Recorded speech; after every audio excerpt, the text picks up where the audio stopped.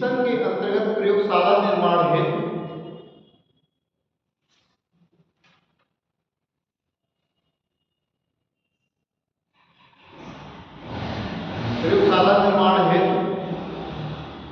सामान भेजा जाएगा, सामान भेजा जाएगा और बड़ी सी प्रयोगशाला का निर्माण किया जाएगा। मतलब कुछ कुछ पार्ट में, कई बार में, जैसे मान लीजिए कि एक आप रूम कहीं बनवाते हैं, एक कमरे का निर्माण करते हैं, तो धीरे धीरे सारे मटेरियल जिस तरह से आते हैं उस तरह से अंतरिक्ष में धीरे धीरे उनके सारे मटेरियल भेजे जाएंगे और एक प्रयोगशाला का निर्माण किया जाएगा। ठीक है ना? किसके लिए? माइक्रोग्रेविटी एक्सपेरिमेंट के लिए। ठीक है, सूक्ष्म गुरुत्वाकर्षण प्रयोग के लिए भेजा जाएगा और बड़ी सी प्रयोगशाला का निर्माण किया जाएगा। अदर स्टेशन की यहाँ अगर बात किया जाए, अदर स्टेशंस में, जैसे ये तो माइक्रोग्रेविटी एक्सपेरिमेंट के लिए इसरो इस तरह की प्लानिंग्स कर रहा है, 2030 तक जो अपना पूरा कर लेगा लक्ष्य। लेकिन नेक्स्ट लाइन से लिखेंगे, अदर स्टेशन की बात की जाए तो, अदर अन्य स्टेशन, स्पेस स्टेशन की बात की जाए, अन्य स्पेस स्टेशन की बात की जाए तो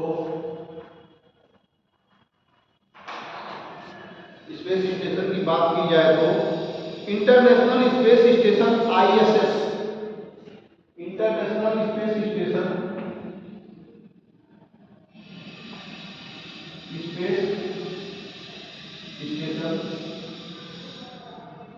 ISS, यह एक ज्वाइंट वेंचर है। ज्वाइंट वेंचर की संयुक्त उपक्रम, ज्वाइंट वेंचर,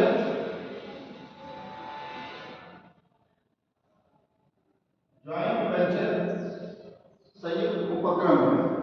लिखना चाहें तो संयुक्त उपक्रम ब्रैकेट में, संयुक्त उपक्रम है जिसमें रसिया, रूस, यूरोप, जापान और कनाडा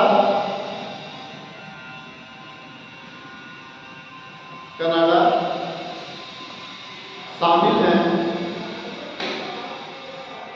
कनाडा शामिल हैं। इसी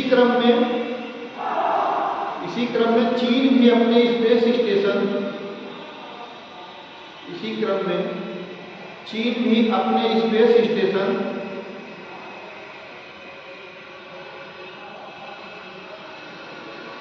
तियोंगोंग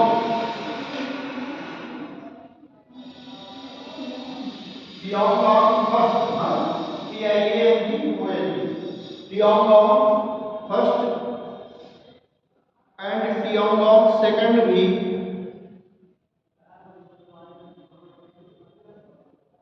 तियोंगोंग फर्स्ट एंड तियोंगोंग सेकंड भी भेजने के साथ ही डेवलप कर रहा है,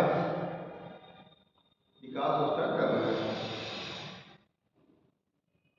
डेवलप कर रहा है।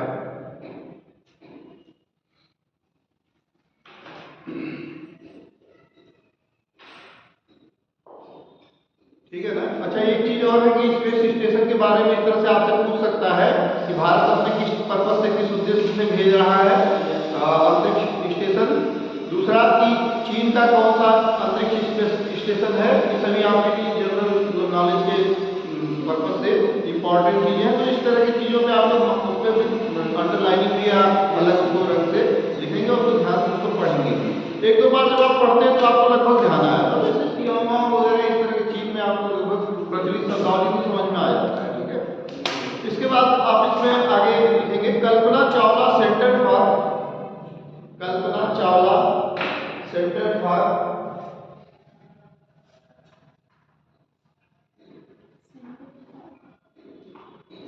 कल्पना Chawla centre for research in space science and technology, research in space science and technology.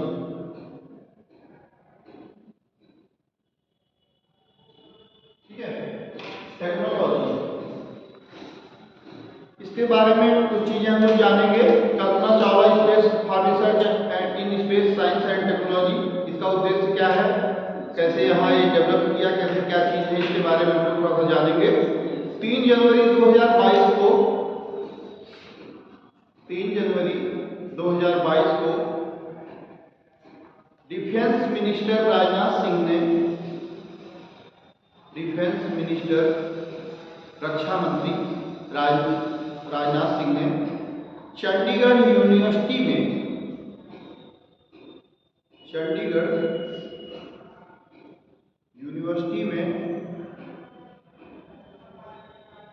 इसका इनॉग्रेशन हुआ है, शुभारंभ किया है। चंडीगढ़ यूनिवर्सिटी में शुभारंभ किया है। अगर एजुकेशनल पर्पज से है ये जो है चंडीगढ़ यूनिवर्सिटी में जिसका शुभारंभ किया गया है, इसमें आगे लिखेंगे इसका उद्देश्य विद्यार्थियों को space science and satellite development के लिए, space science and satellite development के लिए और भविष्य में आने वाले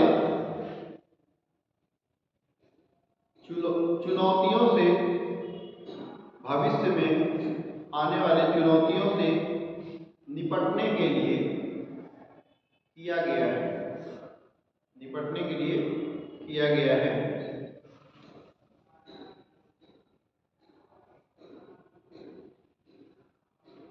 जैसा कि आप जानते हैं कि कल्पना चावला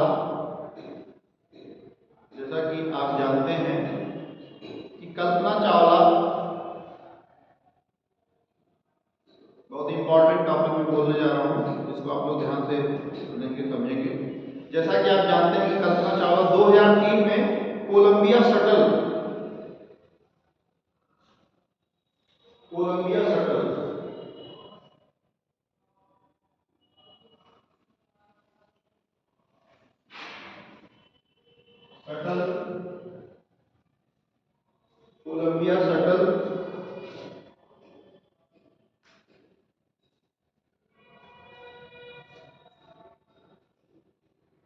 डिजास्टर में उनकी मृत्यु हो गई थी। कोलंबिया शटल डिजास्टर में उनकी मृत्यु हो गई थी। इसको आप लोग विशेष रूप से रख लेंगे। अभी पूछा जा सकता है कि किस उसमें डिजास्टर में, कौन सी आपदा में, तो 2-3 ऑप्शन दे देगा, 2-3 प्रोजेक्ट्स का नाम दे देगा, जिसमें एक प्रोजेक्ट है कोलंबिया शटल डिजास्टर, ठीक है, शटल 2003 में। इसमें आगे लिखेंगे यह ग्राउंड स्टेशन चंडीगढ़ यूनिवर्सिटी के स्टूडेंट्स के, यह ग्राउंड स्टेशन चंडीगढ़ यूनिवर्सिटी के स्टूडेंट्स के खुद के द्वारा, आजकल बहुत सारे इन्वेस्टर्स पूछता है कि कौन सी चीजें किस तरह के किसने बनाया, बॉम्बे IITI ने, मुंबई IITI ने, और ऐसे IIT ने, IITI नहीं, IIT लेवल पे ही, तो इस तरह से पूछता है। तो इनको आप ध्यान रखेंगे कि इस तरह के जो Kalpana Chawla centre for research and space science and technology है, ये चंडीगढ़ यूनिवर्सिटी के स्टूडेंट के खुद के द्वारा डेवलप सैटेलाइट, स्टूडेंट्स के खुद के द्वारा विकसित या डेवलप सैटेलाइट के लिए भी कार्य करेगा,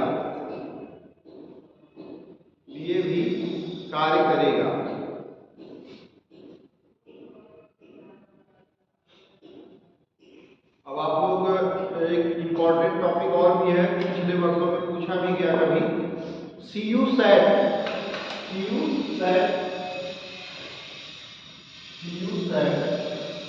ठीक है। CUSAT में चंडीगढ़ यूनिवर्सिटी सैटेलाइट, CUSAT में इसमें आप लिखेंगे चंडीगढ़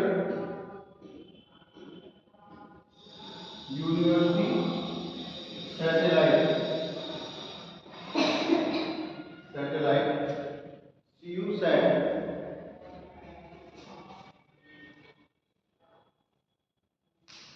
ये एक इसमें लिखेंगे इसी के अंतर्गत, यह एक नैनो सैटेलाइट होगा,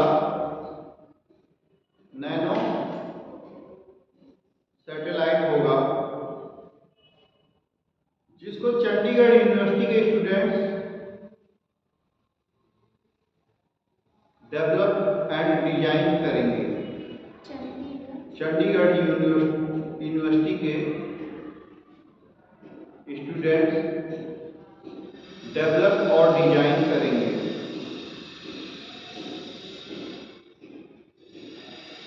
डेवलप और डिजाइन करेंगे।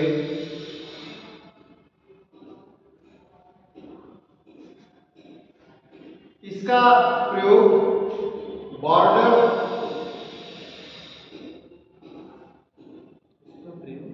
इसका प्रयोग सीमा घुसपैठ लिख सकते हैं। बॉर्डर का इंटरसन जो है, बॉर्डर इंटरसन या सीमा घुसपैठ, बॉर्डर का जो घुसपैठ है, घुसपैठ एग्रीकल्चर वेदर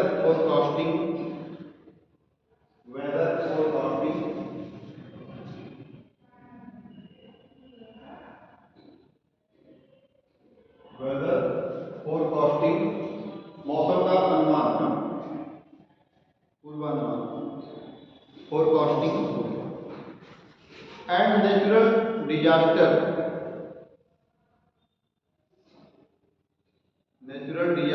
आदि के लिए किया जाएगा। नेचुरल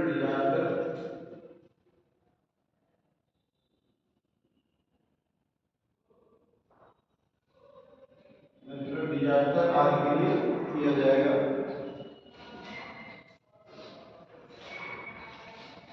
इसके बाद आपके सिलेबस में जो चीज है प्रोजेक्ट नेत्रा है। ये क्या चीज है? प्रोजेक्ट नेत्रा,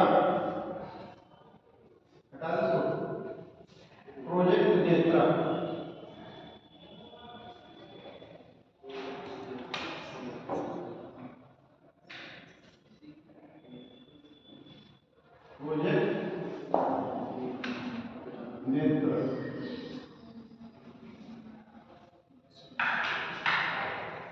इसका फुल फॉर्म है नेटवर्क फॉर, नेत्रा का है full form, network for space objects tracking and analysis. Network for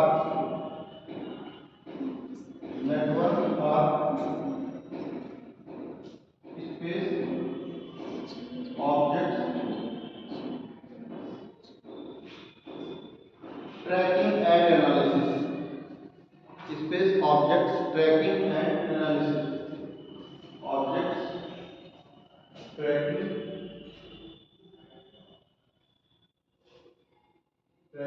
and analysis. Tracking and analysis पूछता है प्रोजेक्ट नेत्रा के बारे में। इसरो के द्वारा लिखेंगे, इसरो के द्वारा स्वयं की ऑर्बिटल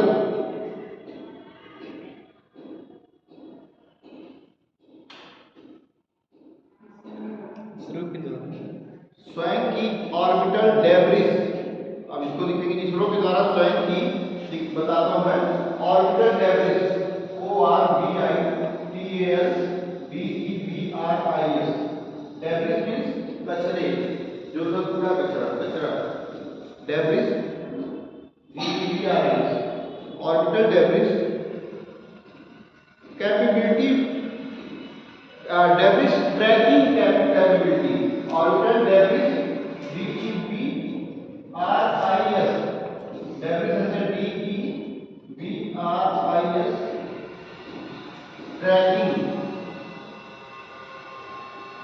ट्रैकिंग कैपेबिलिटी विकसित किया जा रहा है। कैपेबिलिटी मतलब क्षमता, ट्रैकिंग क्षमता, ट्रैकिंग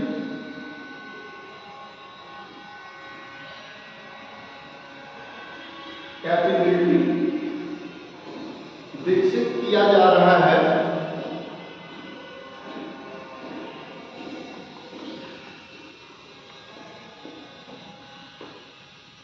तथा new radar and optical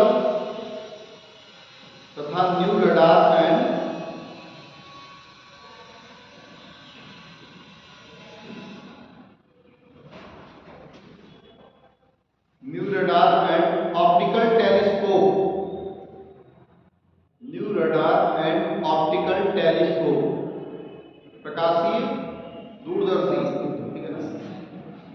new radar and optical telescope को बनाना शुरू कर दिया है। टेलीस्कोप को बनाना शुरू कर दिया है।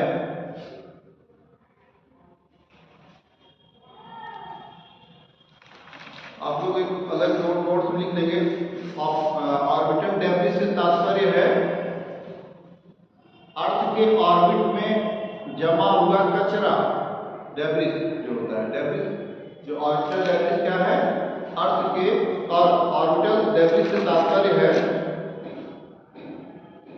अर्थ के ऑर्बिट में जमा कचरे से, कचरा, कचरे से। अगले पॉइंट के रूप में इसकी ट्रैकिंग अति आवश्यक है। इसकी ऑर्बिटल डेब्रिस की, ठीक है ना, इसकी ट्रैकिंग अति आवश्यक है क्योंकि इस प्रकार के ऑर्बिटल डेब्रिस की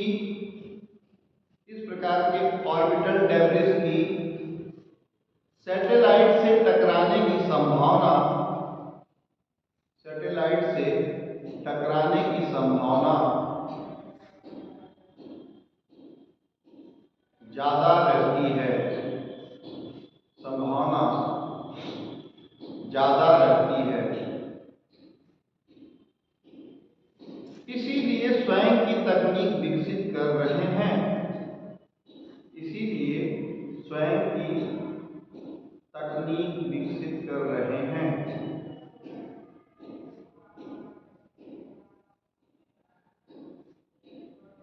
जैसे गाड़ियों का एक मानक समय होता है कि ये 20 साल तक ही चलेगा रोड पे, इसकी परमिशन बनाई जाती है ना, परमिट, कि ये 20 साल तक 15 साल तक ही सक्षम है गाड़ी चलने लायक। और मान लीजिए उससे ज़्यादा किसी ने चलाने की कोशिश किया तो क्या होता है कि रोड पे वो खराब हो जाती है। तो फिर उसके लिए या तो अपनी व्यक्तिगत व्यवस्था होगी, उसको खींच के ले आओ कहीं घर पे किसी कबाड़ खाने में खड़ा करो, या फिर आप किसी दूसरे से हेल्प लेते हैं, किरान या क्रेन, जो क्रेन बोलते हैं, क्रेन की सहायता से किसी किराए पे आप उसको उठवाइए, टकवाइए, रखवा के फिर घर ले आइए। इसी प्रकार से क्या कर रहे हैं कि जो ऑर्बिटल डेब्रिस है, ये ऑर्बिटल डेब्रिस क्या होते हैं कि जब कचरे, मैंने बताया था कि जैसे इंजिन्स के जो कचरे हैं वहाँ पे, या फिर ये जो सैटेलाइट्स हैं, सैटेलाइट्स जो है टकराते तो नहीं हैं एक दूसरे से, क्योंकि उनके ऑर्बिटल पाथ फिक्स किए जाते हैं, टकराने की किसी प्रकार की कोई संभावना वहाँ है ही नहीं। तो लेकिन यह है कि जो पुराने में आते हैं 10 साल 15 साल 20 साल से ऊपर इनके समय क्षमता निर्धारित रहती है, वो क्या होते हैं कि एक समय के बाद वो नष्ट हो जाते हैं अपने आप। तो ऐसे कचरों को वहाँ से साफ करने की भी जरूरत पड़ती है। तो साफ कैसे किया जा सकता है कि कुछ जो है देश, जैसे चीन जैसे देश और भी जो विकसित जो राष्ट्र हैं, वो क्या कर रहे हैं, यहीं से मिसाइल डाल दे रहे हैं, उसमें उड़ जा रहा वही। लेकिन अब मान लीजिए उड़ तो गया, कचरे को वहाँ तो फैलेंगे ही ना, कहाँ जाएगा। मान लीजिए कुछ कचरे अगर वहाँ से हटे भी तो एक स्पेस में आते आते धीरे धीरे वो जल के सब समाप्त आते हैं, रात में आते हैं। लेकिन कुछ कचरे उसमें स्पेस में ही घूमते नजर आएंगे, वहीं पे उसका एक मौसम में वो पड़े रहेंगे। उससे मैंने एक चीज और बताया था कि विकिरण जो होता है, अंतरिक्ष यात्रियों को 120 गुना ज्यादा, पृथ्वी से 120 गुना ज्यादा विकिरण का प्रभाव पड़ता है। एक अलग टाइप का सूट भी पहन के ऊपर जाते हैं वो, तो इसलिए जरूरत है इसकी कि वहां से जो कचरे हैं उनको भी साफ सफाई करने की, नहीं तो एक समय ऐसा आएगा। अच्छा, इसके अलावा आप लोग देख रहे हैं कि अभी तक तो वास्तव में जो युद्ध की जो क्षमता है, युद्ध की जो धारणा है, वो युद्ध की धारणा भी अब धीरे धीरे बहुत तेजी से बदलने वाली है। जो युद्ध पहले के समय में लाठी डंडे और इस तरह से युद्ध होते थे, भाले बर्छे तलवार कटार इस तरह से युद्ध होते थे। धीरे धीरे गोले बारूद ने उनका जगह लिया और गोले बारूद भी वो भी मैन ऑपरेटेड होता है, वो भी मैन ऑपरेटेड। और कुछ चीज़ें मान लीजिए एक बार स्टार्ट किया, मशीन गन जैसे होता है, वो धड़ाधड़ धड़ाधड़ उसमें से गोलियां कुछ समय तक निकलती रह रही हैं। लेकिन उससे भी तेज और खतरनाक अब ये हो रहा है कि स्पेस एप्लीकेशन को उपयोग करके कैसे ऐसा सैटेलाइट डेवलप करने की प्लानिंग है कि वो किससे लैस रहेगा, मिसाइल और हथियार गोले बारूद से लैस रहेगा। ऐसे सैटेलाइट डेवलप करने की चीन जैसे राष्ट्र बना रहे हैं, तकनीक ढूंढ रहे हैं। क्या कर रहे हैं कि यहीं से बैठे बैठे अपने स्पेस स्टेशन से या अपने कंट्रोल सिस्टम से ही वो जिस देश को चाहेंगे, उस देश को, जिस राष्ट्र को चाहेंगे उस राष्ट्र को निशाना बनाकर वहीं से समाप्त कर देंगे। मतलब ये है कि कब जब थर्ड वर्ल्ड वार की जो संभावनाएं जो होती है ना, ये माना जाता है कि जैसे अमेरिका जैसे जो राष्ट्र है वो बारूद के ढेर पर जो बैठे ही हुए, बस उसमें एक माचिस लगाने की जरूरत है तो वो अपने आप खुद ब खुद उड़ जाएंगे। तो एक ऐसी स्थिति आने वाली है कि भस्मासुर खुद बने बैठे हुए हैं, भस्मासुर खुद बने बैठे हुए हैं, बस उनके पास एक माचिस लगा दीजिए तो अपने आप ही हो जाएंगे। ऐसी स्थिति अपने लिए उन्होंने संकट खुद पाल रखा है। और जहाँ तक कि तमाम जो निषेध संधियाँ जो बनाई गई हैं, एनपीटी, सीटीबीटी और जितनी भी चीज़ें बनाई गई हैं, मैं उन लोगों की सबकी चर्चा में इंटरनेशनल रिलेशन के परिप्रेक्ष्य में आप लोगों को थोड़ा सा मैं अलग कभी भी कर दूंगा।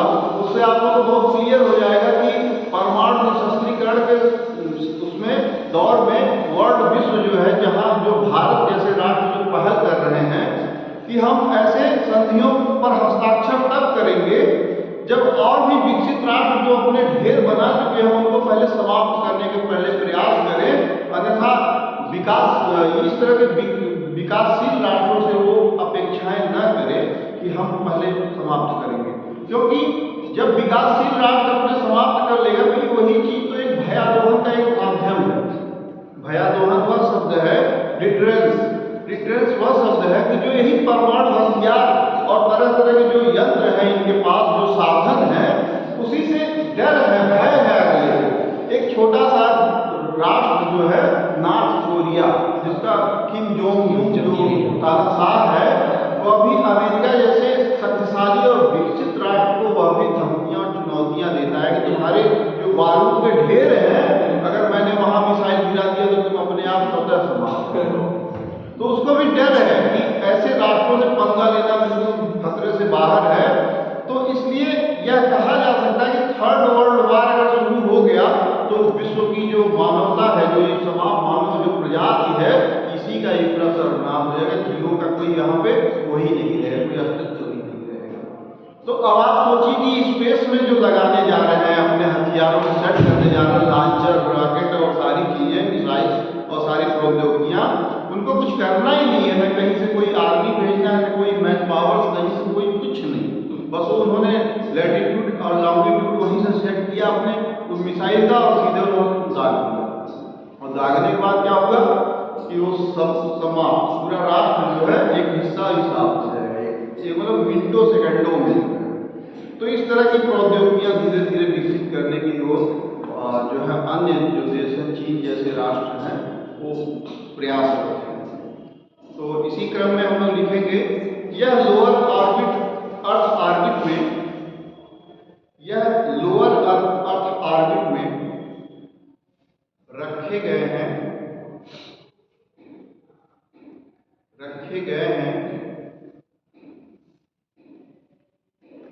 जो कि वार्निंग का कार्य करेगा, जो कि वार्निंग का कार्य करेगा। किस चीज के लिए वार्निंग का कार्य करेगा? वो जो स्पेस डेब्रिस है, जो ऑर्बिटल डेब्रिस है, उसमें कितने कण इकट्ठे हो रहे हैं, उसके लिए वार्निंग का कार्य करेगा। यह लोअर अर्थ ऑर्बिट में, या इसको शॉर्ट में आप एलईओ भी लिख सकते हैं, रखे गए हैं, जो कि वार्निंग का कार्य करेगा, चेतावनी का कार्य करेगा। नेक्स्ट लाइन से, इस प्रोजेक्ट में रडार होगा, इस प्रोजेक्ट में रडार होगा जो डेब्रिस को ट्रैक कर सकेंगे, डेब्रिस को DEBRIS, डेब्रिस को ट्रैक कर सकेंगे। यह 10 सेंटीमीटर या उससे बड़े साइज के डेब्रिस को, यह 10 सेंटीमीटर या उससे बड़े साइज के डेब्रिस को डिटेक्ट करने में सक्षम होगा। डिटेक्ट मतलब उसको भेदने, मतलब पता लगाने में सक्षम होगा। इसकी रेंज 1500 किलोमीटर की ऊंचाई, 1500 किलोमीटर की ऊंचाई होगी।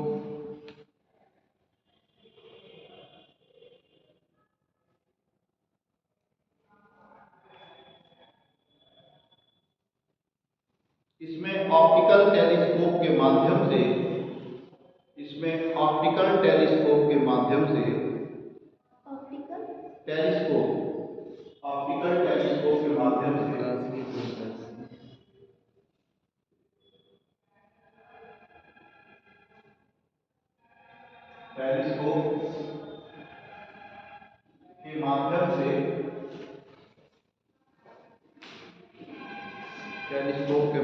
से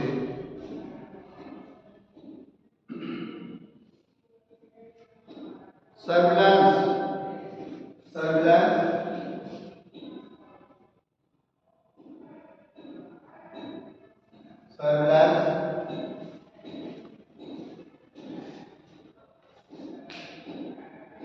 सिस्टम के साथ ही, सर्विलांस सिस्टम के साथ ही डाटा प्रोसेसिंग यूनिट भी होगी। सर्विलांस सिस्टम के साथ ही डाटा प्रोसेसिंग, जनसंख्या बढ़ रही है, कूड़े कचरे हो रहे हैं रोजाना। जहाँ कूड़े कचरे फेंके जाते हैं वहां आप जाके देखिए कि कई जगहों से अगर 1 घंटे वहां आप खड़े होकर सुबह के टाइम में देख लीजिए तो ऐसा लगेगा कि जैसे कहाँ से कूड़े कचरे लगातार ताबड़तोड़ आ रहे हैं और ट्रकों ट्रक वहां पे पहुंच रहे हैं।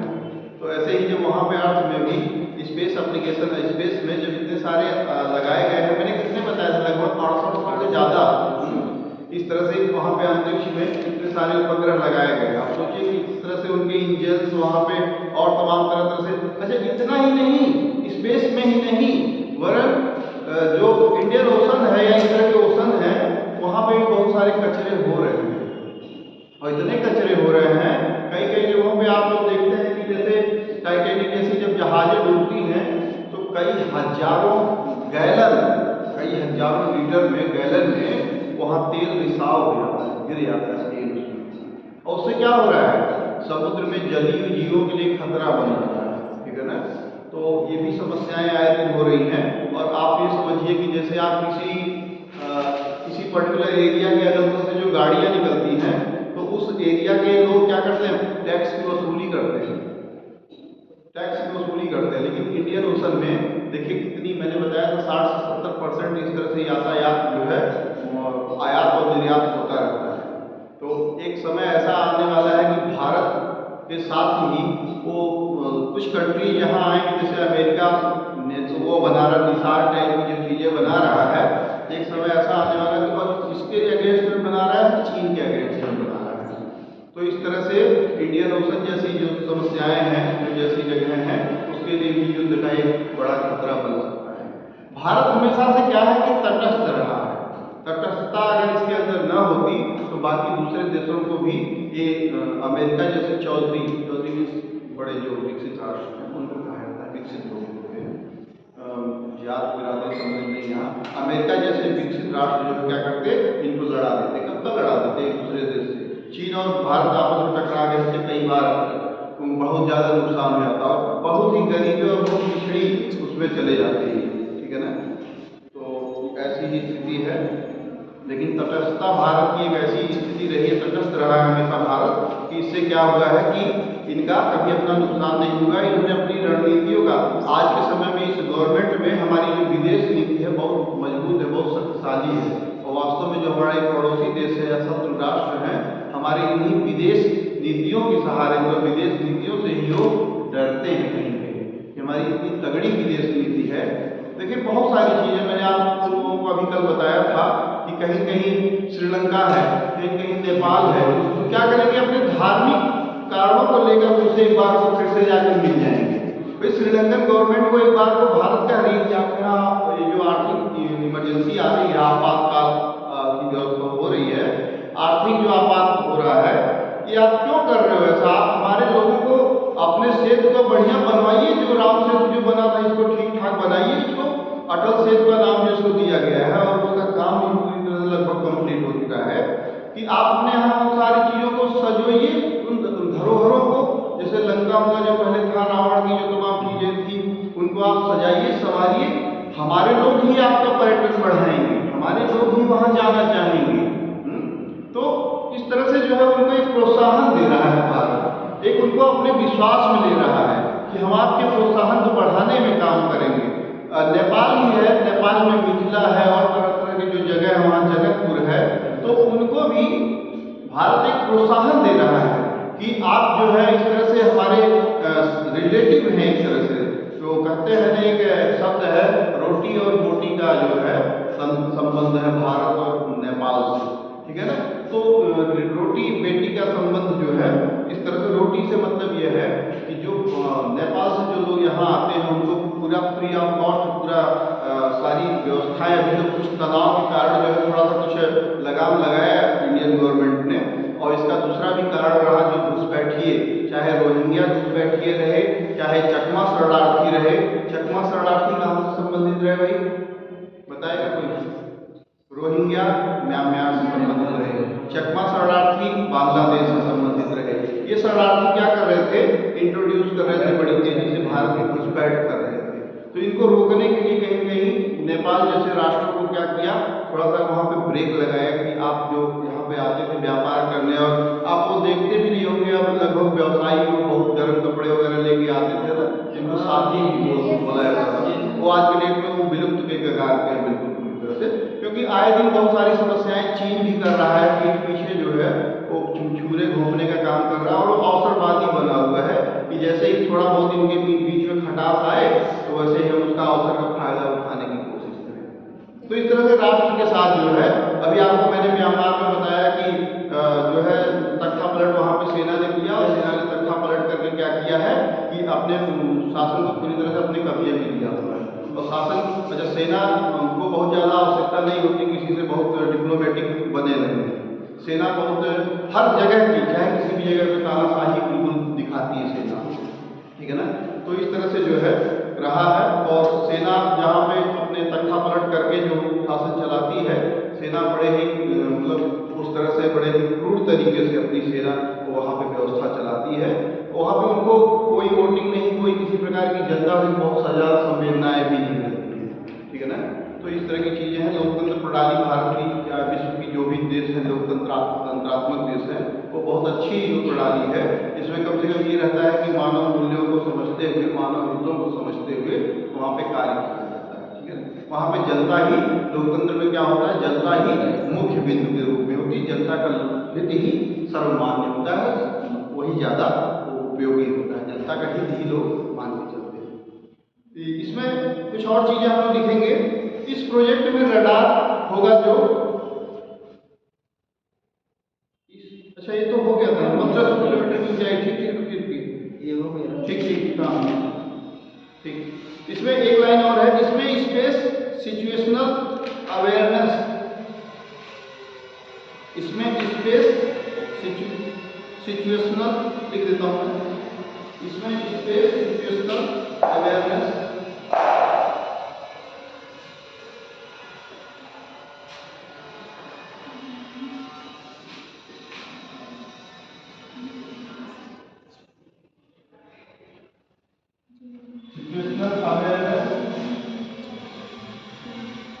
जागरूकता के लिए ना, स्थिति जागरूकता के लिए, जो अतिशील स्थिति की जागरूकता के लिए अवेयरनेस कंट्रोल सेंटर,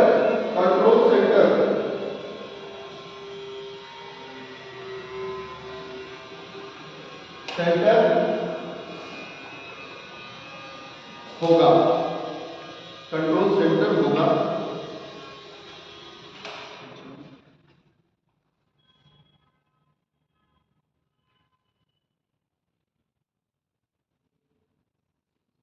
इसके बाद लिखेंगे आप लोग space debris, space debris heading डालेंगे, space debris.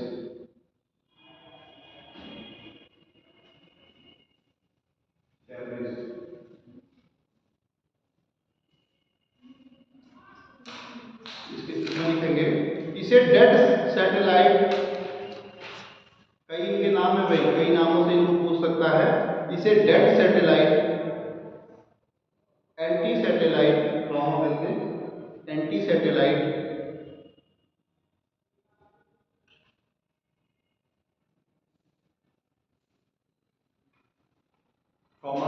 material released during mission operation, material released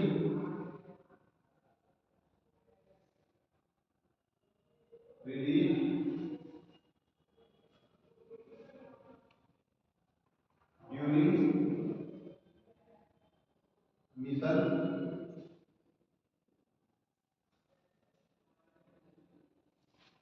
during mission operation, during mission operation,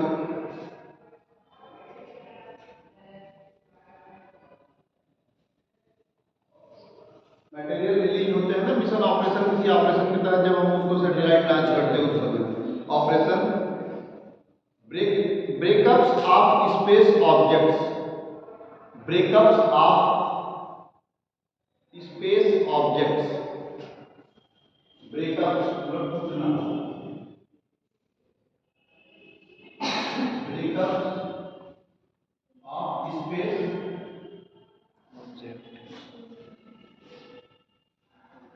operation,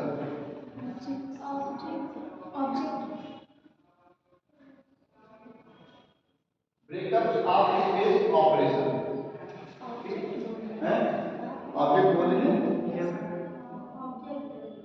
नहीं, operation breakups of space objects, अच्छा ऑपरेशन नहीं ऑब्जेक्ट्स, स्पेस ऑब्जेक्ट्स,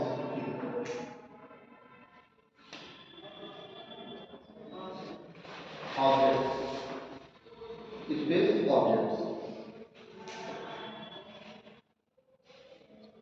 यह स्पेस ऑब्जेक्ट्स या debris, यह space objects या अंतरिक्ष के जो कचरे हैं,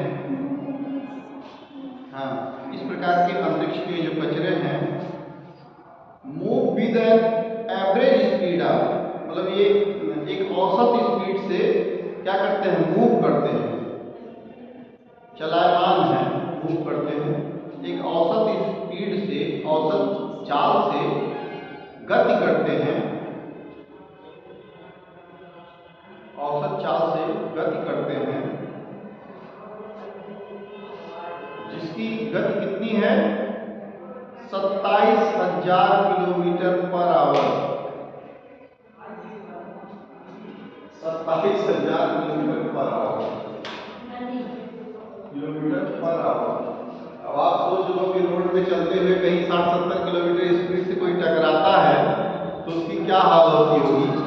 अब आप सोचिए कि कहीं कोई पार्टिकल टूटा हुआ कचरा, मतलब किसी पार्टिकल का, और कहीं से आके किसी को टकरा गया हो तो उसके तो परखच्चे ही उड़ जाएंगे, तो पता ही नहीं चलेगा कहाँ घुस गया कहाँ निकल गया। ठीक है, किसी भी उसमें बॉडी में अगर वो घुसता है तो कहाँ से घुसा फिर कहाँ से निकल भी गया हो। इतनी speed, high speed, 27,000 kilometre per hour की स्पीड से वो क्या कर रहा है, गति कर रहा है। इन लो ऑर्बिट, इन लो ऑर्बिट, और निचली कक्षाओं में, पृथ्वी के निचली कक्षाओं में जो गति कर रहा है।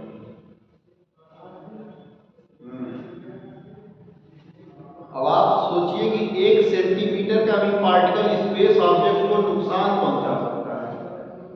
1 सेंटीमीटर का भी ऑब्जेक्ट अगर है, जब कभी हेलीकॉप्टर, हवाई जहाज या लड़ाकू विमान जब उड़ते हैं तो बड़ा ही उसके सामने कुछ ऐसे पंखियां लगी रहती है जिससे टूट जाए, खत्म हो जाए, किनारे से उड़ जाए, उसमें टकराने न पाए, उसकी कहीं बॉडी में टकराया तो आप समझिए कि कितना भीषण नुकसान होगा। तो ये चीज़ है। तो इनके मैं वो भी बता दूंगा कि कुछ मुजबानी भी बता दूंगा ऐसे मौखिक ही। जैसे एक चेन सिस्टम है इनका, जो अभी जापान ने जो तकनीक जो प्रयोग किया है, चेन सिस्टम कैसा, आप लोगों ने कभी पानी में देखा है जलकुंभी निकालते हुए? तो पानी में जैसे एक नाव होता है, नाव के पीछे कुछ ऐसे कांटेदार जालियां टाइप के पीछे होती हैं, जो क्या करती है जलकुंभी को बटोर के इकट्ठा करके अपने पीछे पीछे लेकर आती हैं, या फिर कुछ ऐसे रैंप टाइप के होते हैं जो उसको धीरे धीरे खींचती भी रहती है, और एक डोंगे में सारा जलकुंभी इकट्ठा भी हो रहा होता है, ऐसा कुछ होता है।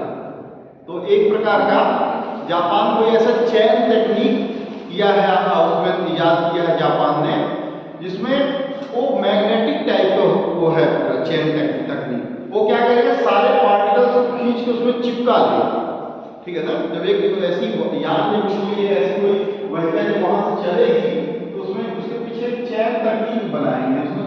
तो क्या कर रहा है वो कि जितने भी पार्टिकल्स वहां पे अंतरिक्ष में तैर रहे हैं वो क्या करेंगे, किसी चेन में ही फंस जाएंगे, और फंसने के साथ साथ उनको इकट्ठा करके लाके कहीं कचरा इकट्ठा करेगा, फिर उसको लेकर आएगा नीचे पृथ्वी पर, ठीक है ना। तो ये जापान इस तरह से कर रहा है। सबसे बड़ी बात तो ये है कि गवर्नमेंट ने परमिट तो सबको दे दिया रोड पर चलने के लिए। अभी आप देखिए कि बैटरी रिक्शों की तादाद अगर आप काउंट कर लीजिए प्रत्येक शहर में, सबसे छोटे छोटे शहर में तो कई लाखों की संख्या में होंगी बैटरी रिक्शे, ठीक है। कोई बात नहीं हो, तो बिजली से उत्पादन हो रहा है, सब कुछ बैटरी चालित है, थोड़ा सा पॉल्यूशन कम हो रहा है, लेकिन आए दिन एक्सीडेंट भी बहुत ज़्यादा हो रहे हैं। कहीं भी घुसा देते हो, कहीं भी घुसा देते हो, हाँ, जरा सा जगह मिला वही नाली नाला किनारे से घुसा देते हैं, तो ट्रैफिक सब जाए जाम वही कर रहे हैं। तो ये जरूरी नहीं कि हम कितने अच्छे से ट्रैफिक को संचालन करें, कितने अच्छे से हम गाड़ियाँ चला रहे हैं। हर व्यक्ति आज के समय में 4 व्हीलर लेके चल रहा है, 2 व्हीलर साइकिल तो बिल्कुल धीरे धीरे विलुप्त हो गए, ठीक है। तो वैसे ही वहाँ भी हर व्यक्ति को क्या चाहिए, कोई कम्युनिकेशनल सैटेलाइट लगा रहा है, कोई एजुकेशनल सैटेलाइट लगा रहा है, कोई तरह तरह के सैटेलाइट की डिमांड है हर लोगों की। और इतना ही नहीं, कभी कभी जब आबादी शहरों की बढ़ती है तो कैसे बढ़ती है कि व्यवसायिक पर्पज से भी बढ़ती है। एक एक लोगों के शहरों में 8-8, 10-10 मकान, और किस वजह से, किस पर्पज से, अच्छा ठीक है, मकान मालिक तो एक मकान में रहता है, 4-5 मकान उसने किराए पे दे रखे हैं, क्यों, तो उससे भी बहुत ढेर सारी आबादी बढ़ती जा रही है धीरे धीरे। तो एक ऐसी भी आ रही है, आगे जो है प्लानिंग आ रही है। देखिए, नियोजन विभाग भविष्य का एक सबसे इम्पॉर्टेंट विभाग है। क्यों, नियोजन का मतलब यह है पब्लिक को वास्तव में प्लानिंग के तहत सेटल करने। अब आप सोचिए कि गांव, शहर ही नहीं वरन गांव में भी बिल्टअप एरिया की संख्या धीरे धीरे बढ़ती जाती है। उसको सैटेलाइट से हम क्या कर रहे हैं, कवर कर रहे हैं कि अभी इतना एरिया पूरा सिंचित एरिया था, खेती करने योग्य था, तब तक वहाँ 10, 20, 25,000 मकान बन के तैयार हो गए। अब क्या कर रही गवर्नमेंट, उसमें भी प्रॉपर्टी टैक्सेशन कर रही है। गांव में भी जो मकान बन रहे हैं उसमें प्रॉपर्टी टैक्सेशन कर रही है। इतने सारे जो बाधाएं होने के बावजूद भी लोग मकान बड़ी तेजी से बनवाते जा रहे हैं। विकास प्राधिकरण का निर्माण आपके शहर में भी हो गया ना, डेवलपमेंट अथॉरिटी, और ये इसकी क्या निगरानी है कि जरा सा देखो कि मकान कोई बनवा रहा तो तुरंत वहाँ पहुँचो, छापा मारो और तुरंत उनको कहो कि पहले तो नक्शा बनवाओ पहले। अब नक्शा वो कायदे का पैसा दे के जो है अंडर टेबल और जैसे भी है, जो भी है अपर टेबल जैसे व्यवस्था है, सारी व्यवस्था में वो क्या करेंगे, मकान बनवाएंगे। उसके बाद फिर क्या होगा, प्रॉपर्टी टैक्सेशन के तहत वो आएंगे, अच्छे खासे उनसे टैक्स वसूले जा रहे हैं। बिजली का अलग, फिर वाटर टैक्स अलग है, हाउस टैक्स अलग है। मतलब शहरों में, नगरों में भी रहना बड़ा एक अपने आप में चुनौतीपूर्ण समय बन चुका है। जो लोग अनायास नगरों में आके बस रहे हैं वो भाग के गाँव की तरफ रुख कर रहे हैं। तो नगरीय जो व्यवस्था है इसको रोकना भी बड़ा एक जरूरी भी है। कभी कभी देखिए कि नगरों में कभी कभी आप लोग का घर आसपास में, गाँव शहरों के बगल में जो होता है गाँव घर, तो आप लोग भी डरते हो कि यहाँ तक तो विकास प्राधिकरण आ गया हमारे गाँव तक, तो वहाँ क्या होगा, फिर उस जमीन की कीमत बहुत ज़्यादा, सर्किट रेट बहुत ज़्यादा बढ़ जाएगी। फिर वहाँ पे उसको शहरीकरण बनाने की दिशा में प्रॉपर्टी डीलर्स बहुत सारे दौड़ना भागना शुरू कर देंगे। फिर एक एक छोटी छोटी जमीनों को क्या कर रहे हैं, महंगी महंगे महंगे दामों में बेच रहे हैं। तो इसीलिए नगर नियोजन विभाग का इतना इम्पोर्टेंस हो रहा है कि नगर नियोजन में प्लानिंग कमीशन को इतना ज़्यादा ध्यान देने की जरूरत है। जितना इसी अयोध्या को विकसित करने के मामले में जितना डिमोलिशन किया गया, इतना तोड़ फोड़ हुआ है, और एक सबसे खास चीज़ ये है, नजूल की जमीनों में बहुत सारे अवैध निर्माण भी हुए हैं। नजूल मिल जानते हैं आप लोग, जो सरकारी जो मतलब सार्वजनिक बिल्डिंग है, कोई नहीं देखने वाला, उसमें अब जाके पोल आउट हो रहा है कि कितने सारे तो लोग जो अवैध निर्माण किए हुए थे वास्तव में सार्वजनिक जमीनों में निर्माण किए हुए, जो वास्तव में अपनी जमीनों में किए तो उनको तो मान लीजिए मुआवजा वगैरह सर्किल रेट के हिसाब से मिला, जो ऐसे थे उनको तोड़ फोड़ करके कुछ चौड़े चौड़े रास्ते बनाए गए। और अच्छे सिंधु और हड़प्पा की जो नगर सभ्यता थी, वाकई उस बड़ी शानदार सभ्यता थी। उसको जब आप एक बार पढ़ेंगे देखेंगे तो कहेंगे कि हाँ वास्तव में वो चीज़ें फिर वही प्रोसेसिंग फिर उसी चक्रण में आ चुकी हैं। जितने भी टाउन प्लानर्स हैं उनसे कुछ चीज़ें कुछ सभ्यताओं से भी सीखते हैं। वास्तव में ऐसी सी सभ्यताएं थी कि जो आज हम सुलभ शौचालयों के लिए और ओपन डेफिकेशन को रोकते हैं, खुले में शौच और तमाम सारी चीज़ें, उस समय वो सारी व्यवस्थाएं प्रचलित थी। हाँ, और कैसे कैसे उनके बने हुए थे और कैसे कैसे ओपन डेफिकेशन को रोकने के लिए, और एक बहुत ही बेहतरीन जो व्यवस्था थी वो जो है उस समय सिंधु और उसमें सभ्यता हड़प्पा सभ्यता में जो है वो पहले से ऑलरेडी पहले से तय थे। तो इस चीज के तहत जो है हम लोग इसको देख रहे हैं। और एक चीज हम लोग कल अभी पढ़ रहे थे, उसमें मैं आप लोगों के लिए लेकर आया था इसको बताऊंगा मैं, इम्पोर्टेंट थोड़ा सा टॉपिक लग रहा था हमको, तो इसको हमको लगता है कि आप लोगों को जान लेना चाहिए। बीच में बार बार उसका आ रहा था जिक्र, तो एक बार आया था। अच्छा, एक चीज और लिख लीजिए, भारत के विभिन्न उपग्रह लिख लीजिए, कौन कौन से उपग्रह जो है जो इम्पोर्टेंट है हमारे लिए परीक्षा के दृष्टिकोण से। संचार उपग्रह के अंतर्गत लिख लीजिए इनसैट ऑब्लिक जीसैट, ठीक है। संचार उपग्रह में इनसैट या जीसैट, संचार में इनसैट या जीसैट, ठीक है। इसके बाद है भूप्रेक्षण उपग्रह। भूप्रेक्षण उपग्रह है भूप्रेक्षण उपग्रह,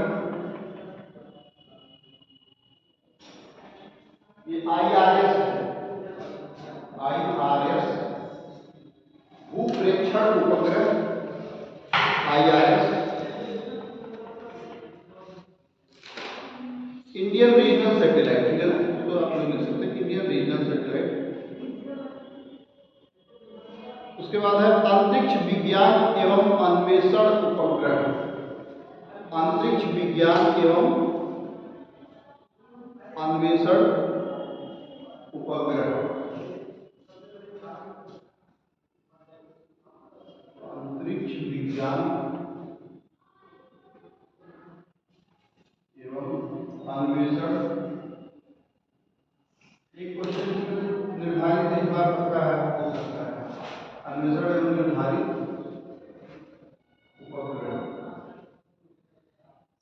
इसमें आपका गगनयान, चंद्रयान और गगनयान। चंद्रयान फर्स्ट और सेकंड लिख लीजिएगा। इसके अंतर्गत अंतरिक्ष विज्ञान एवं अन्वेषण उपग्रह, चंद्रयान फर्स्ट और सेकंड है, क्या थ्री, हाँ प्रोसेसिंग में है ना, वो प्रोसेसिंग में है अभी, लेकिन उसको हम नहीं लिखेंगे अभी, बस जो अभी लॉन्च हो चुके हैं उनको फर्स्ट और सेकंड। उसके बाद है मंगलयान, हाँ मंगलयान इसी में है, मिशन और एस्ट्रोसैट, मंगलयान मिशन और एस्ट्रोसैट, एस्ट्रोसैट। फिर नौवहन अथवा नेविगेशनल सैटेलाइट में, नौवहन अथवा नेविगेशनल में, नौवहन अथवा नेविगेशनल सैटेलाइट में।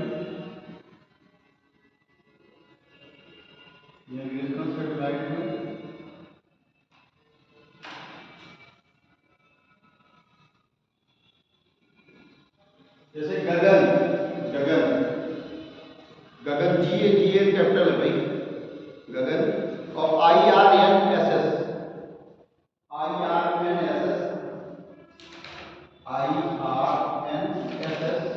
और GAGAN, गगन, गगन। इसके बाद है प्रायोगिक उपग्रह, प्रायोगिक उपग्रह, प्रायोगिक उपग्रह में है आर्यभट्ट और रोहिणी, प्रायोगिक उपग्रह में, उपग्रह में आर्यभट्ट, रोहिणी और रोहिणी, रोहिणी। ये पहले आर्यभट्ट को लॉन्च किया था, उसके बाद रोहिणी ना, रोहिणी। उसके बाद है लघु उपग्रह में, लघु उपग्रह में, लघु उपग्रह में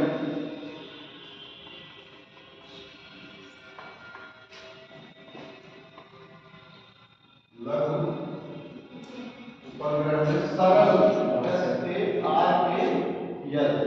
सरल, सरल।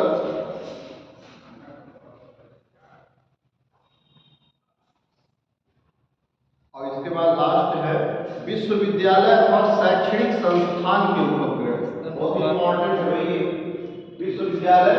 अच्छा एक चीज और है, आप लोग इसके बाद जो है कुछ लोग जाएंगे नेट और JRF का भी पेपर्स देंगे आफ्टर PG, नेट और JRF। तो इसमें आपके फर्स्ट पेपर में ही बड़ी इंपॉर्टेंट ये सभी है ना, तो सैटेलाइट जो कम्युनिकेशनल है या एजुकेशनल है, ये सभी आप लोग ध्यान रखेंगे इसको। तो जैसे विश्वविद्यालय और शैक्षणिक संस्थान के जो उपग्रह हैं, ये कौन है?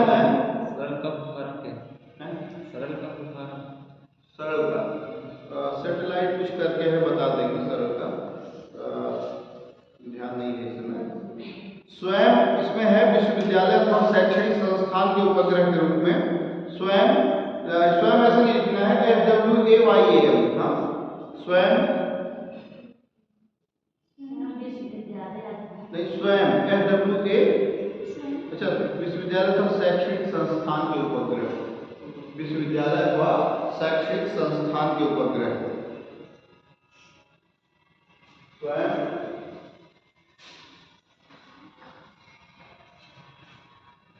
विश्वविद्यालय, विद्यालय अथवा शैक्षणिक संस्थान के उपग्रह में स्वयं SWAYAM, स्वयं है।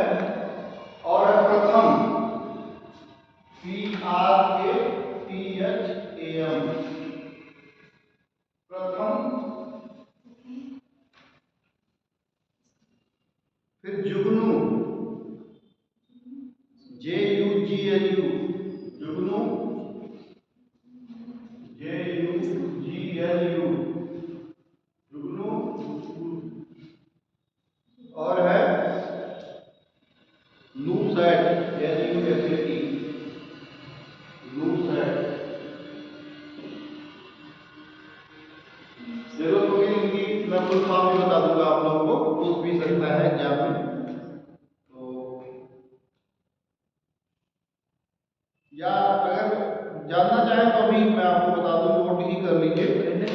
इनसैट जीसैट में इनसैट आप लोगों को बताया, Indian national satellite system, INSAT.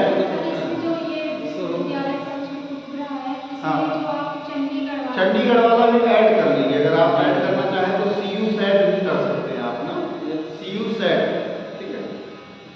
CUSAT actually CUSAT ने CUSAT ने विशेष रूप से उसके लिए नहीं बनाया,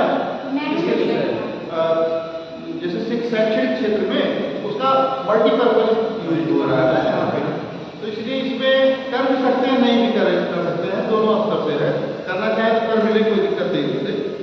इसके बाद है आपका ये जो आपका GSAT है, जियो सिंक्रोनस सैटेलाइट में आपको जियो सिंक्रोनस के बारे में बताया था। इसके बाद है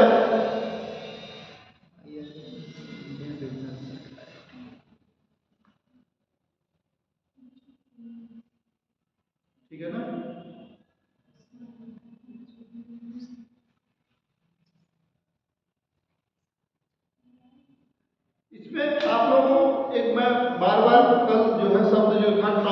ट्रांसपोंडर, इसमें कितने ट्रांसपोंडर डेवलप किए थे?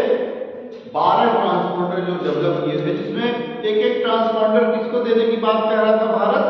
अपने पड़ोसी देशों को, ठीक है ना, एक एक ट्रांसपोंडर। तो ट्रांसपोंडर होता क्या है ये ट्रांसपोंडर, अभी लास्ट देने वाला टॉपिक है, इसके बाद समाप्त करेंगे। ट्रांसपोंडर, ट्रांसपोंडर,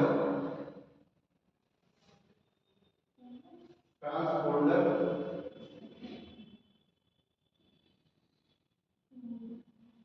वास्तव में मैं आप लोगों को सही बताऊं, जो कुछ भी हम लोग इस समय पढ़ रहे हैं, ये बहुत सारी चीजें हैं, बहुत सारे सब्जेक्ट्स ऐसे हैं जो घिसे पिटे सब्जेक्ट्स हैं, समझ लीजिए। जैसे मैं आप लोगों को बायोटेक्नोलॉजी अभी पढ़ाने वाला हूं, इसके बाद बायोटेक में आपको ऐसी ऐसी शब्दावलियां, ऐसी ऐसी चीजें वास्तव में मिलेंगी जो आप जानते तो सब कुछ है, लेकिन उसको जब आप करीब से समझेंगे तो आप कहेंगे अरे वाह, अच्छा ऐसा था, वो ये तो सामान्य चीज है, हम लोग लेकिन जानते नहीं है, ऐसी ऐसी चीजें हैं। इसके बाद आपको मैंने डिफेंस टेक्नोलॉजी में बताया है, स्पेस टेक्नोलॉजी में बहुत सारी चीजें हैं। वास्तव में मैं खुद अपने आप में अगर व्यक्तिगत रूप से मैं देखूं तो इन्हीं हाई टेक्नोलॉजी को मैं सीख के, पढ़ के, और मैं एक इकाई के मतलब जियो प्रोजेक्ट साइंटिस्ट के रूप में मैं खुद 10 वर्ष मैंने वहां पे सेवा की है। मतलब आप समझ लीजिए कि एक घिसी पिटी चीजों को हम लोग जो पढ़ते रहे, चाहे बीएससी, बीए और तमाम तरह के जो सब्जेक्ट्स जो हम लोग रहे हैं, अभी इनकी पहुंच, इन सब्जेक्ट्स की पहुंच अभी हम लोगों के विश्वविद्यालय या इस तरह पूर्वांचल स्तर पर विश्वविद्यालय में नहीं हो पा रही है। आप समझ लीजिए कि जो हम लोग जो चीजें पढ़ रहे हैं, चाहे अंतरिक्ष स्पेस से रिलेटेड, चाहे इसमें रिमोट सेंसिंग जीआईएस से रिलेटेड बहुत सारी चीजें, लेकिन रिमोट सेंसिंग जीआईएस एक ऐसी स्थिति में आ गया है कि आपके हर सिलेबस में कंप्लीटली वो आ ही नहीं पाएगी, और एक अपने आप में बड़ा महत्वपूर्ण स्थान भी रखता है। अब आप लोग धीरे धीरे इन सब चीजों को जो पढ़ रहे हैं, जो आप लोग समझ रहे हैं, तो कल को आने वाले सिलेबस में आप इनसे निपट सकते हैं आराम से। मतलब मैं खुद एक अवश्य भावी जो है व्यवस्था, मतलब कभी मैंने उसको सोचा भी नहीं था कि ये भी आ जाएगा, कल्पना नहीं किया कि हमारे जीआईएस और रिमोट सेंसिंग से निकल के और अलग अलग उसमें है। एग्रीकल्चर क्षेत्र में जाइए, चाहे आप बीएससी एजी हो, एमएससी एजी हो, तो भी इसमें उसका समावेश है पूर्ण रूपेण। जियोग्राफिकल क्षेत्र में जाइए तो भी उसका पूरी तरह से सिलेबस में आपके पीजी लेवल पे है, यूजी लेवल पे पूरा उतरे बाकायदे भरमार और सिलेबस की। किसी भी क्षेत्र में आप जाइए आपको मिलना ही मिलना है, जनरल साइंस के क्षेत्र में जाइए आपको तो भी मिलना ही मिलना है। तो चलिए समय को न नष्ट करते हुए आगे हम लोग इसमें लिखेंगे विस्तारित सी बैंड ट्रांसपोंडर, विस्तारित C band transponder, C dash band transponder खोज और राहत कार्यों के लिए, खोज और राहत कार्यों के लिए।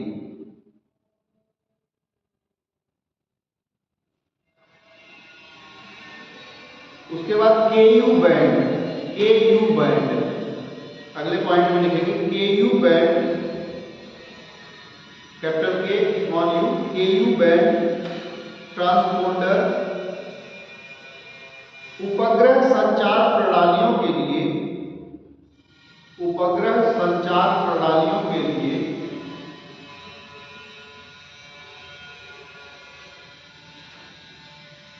इसके अलावा एक ट्रांसपोंडर विशेष रूप से, एक ट्रांसपोंडर विशेष रूप से, एक ट्रांसपोंडर विशेष रूप से मोबाइल उपग्रह सेवाओं के लिए भी, मोबाइल उपग्रह सेवाओं के लिए भी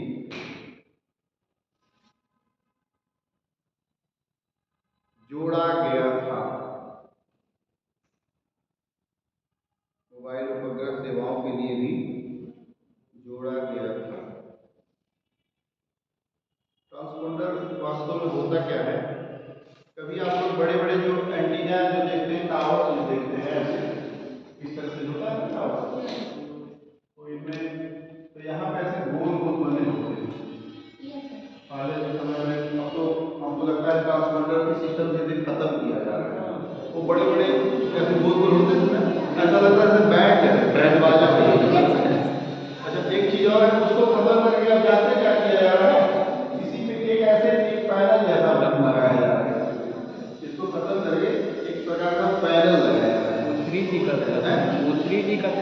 ट्रिगर। हाँ, इस तरह से ट्रांसपोंडर्स को धीरे धीरे इस तरह से दूसरे रूप में परिवर्तित किया जाए। ठीक है, तो चलिए आज के लिए इतना ही, और बाकी बहुत